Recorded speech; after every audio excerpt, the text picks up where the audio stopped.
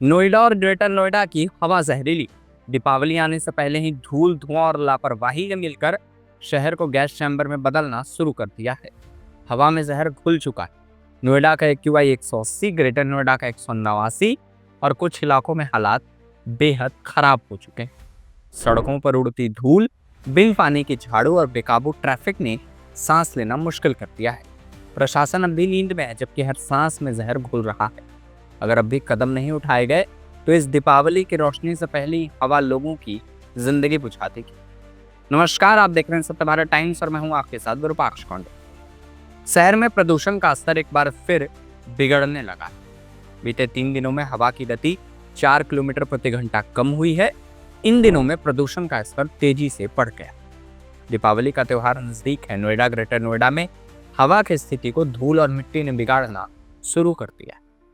रविवार को नोएडा का AQI यानी एयर क्वालिटी इंडेक्स 180 और ग्रेटर नोएडा का 189 दर्ज हुए। प्रदूषण के स्तर के अनुसार हवा में पार्टिकुलेट मैटर 10 की मात्रा में सामान्य से अधिक रहे। ये धूल के छोटे कण होते हैं जो हवा में घुलने से प्रदूषण को बढ़ा देते हैं। रविवार को दर्ज हुए नोएडा के प्रदूषण के स्तर में सेक्टर 125 क्षेत्र का AQI 230 यानी बेहद खराब श्रेणी में दर्ज हुआ। एक और 11 अक्टूबर को शहर की हवा सबसे ज्यादा खराब रही। हवा की गति 8 किलोमीटर प्रति घंटे दर्ज हुई, जबकि शुक्रवार को 12 किलोमीटर प्रति घंटे की दर्ज हुई। बढ़ते प्रदूषण के बाद भी शहर की सड़कों पर बिना पानी के छिड़काव के ही झाड़ू लगाने का कार्य रोज हो रहा है। टूटी सड़कों में सुधार नहीं हो सका है। वाहनों से उड़ती धूल शहर की हवा को बिगाड़ रही। बढ़ता प्रदूषण बुजुर्ग और बच्चों के लिए सबसे अधिक परेशानी की वजह बन रहा है। शहर में प्रदूषण बढ़ने की मुख्य वजह निर्माण कार्य से उड़ती धूल, भारी यातायात और जाम सड़कों से उड़ती धूल और कई प्रमुख हॉटस्पॉट है जहां प्रदूषण नियंत्रण के लिए प्रभावी कार्य नहीं किए जा रहे हैं।